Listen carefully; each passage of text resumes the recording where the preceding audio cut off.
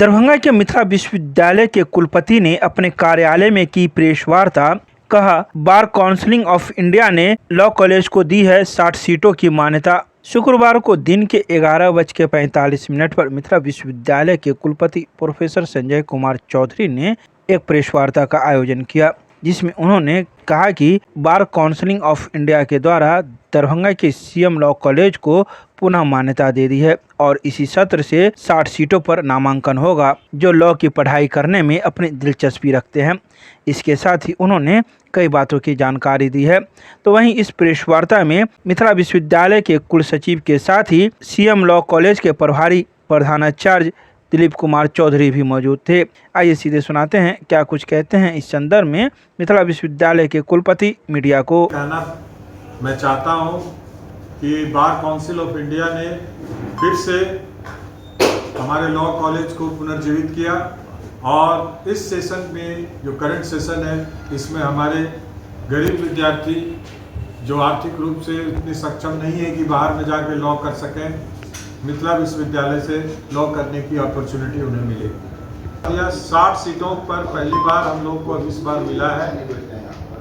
हम लोग कोशिश करेंगे कि हम लोग अपना सैंक्शन पद टीचर्स का बढ़ाएं, जिस तरह से भागलपुर लॉ कॉलेज और पटना लॉ कॉलेज में है 9 या 13।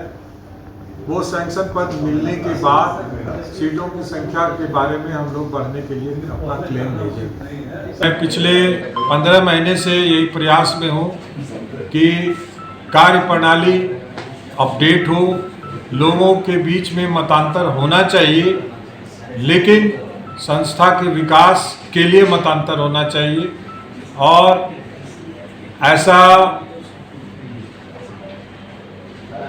मूवमेंट में अगर ऐसा पाया जाएगा कि जो नेगेटिविटी है तो स्टैट्यूट के तहत जो भी अधिकतम पनिशमेंट होगा वैसे व्यक्तियों को चिन्हित करके दिया जाएगा। आपने एक शिक्षक की चर्चा, कार्रवाई विश्वविद्यालय प्रशासन करेगा।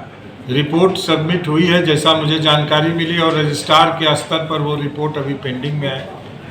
आ जाता है तब हम लोग मैक्सिमम जो स्टैट्यूटरी प्रोविज़न में डिसिप्लिनरी कमेटी होती है उसमें वो जाएगा। डिसिप्लिनरी कमेटी के मीटिंग के बाद ही वही कमेटी सक्षम प्राधिकार है किसी तरह का निर्णय लेने के लिए। नामांकन कब तक सर प्रारंभ हो जाएगी? इसी सेशन में।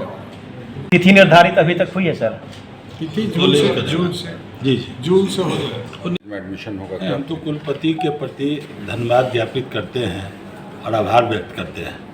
इनके जो अथक प्रयास से और जिस तरीके से ये हमेशा मार्गदर्शन मुझे प्राप्त कराते रहे, उसी का फलाफल है कि आज हमने एक सेक्शन लेने में भी बहुत ही इनके ही कारण ये एक सेक्शन भी मिला है।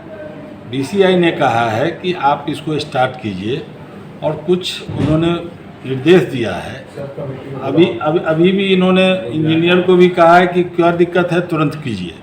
तो जैसे ही ये सब सॉर्ट आउट हो जाएगा अन्य सेक्शन के लिए पुनः हम बीसीआई के पास जाएंगे और मुझे विश्वास है कि बीसीआई संपूर्ण रूप से पूर्णतः इस विद्यालय में 3 सेक्शन और देने का काम करेगा।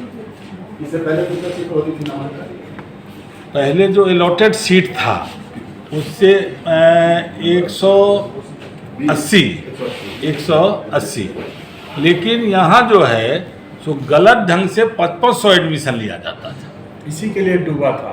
तो इसी कारण ये बात जो सामने आई, लेकिन हम लोगों ने जो सच्चाई है उसी के ऊपर फोकस किया और उससे इतर कोई काम नहीं किया। इसलिए अभी एक सेक्शन मिला है। कुछ इंफ्रास्ट्रक्चर का हमें ये है तो हम फॉर्मुलेट किए हुए हैं।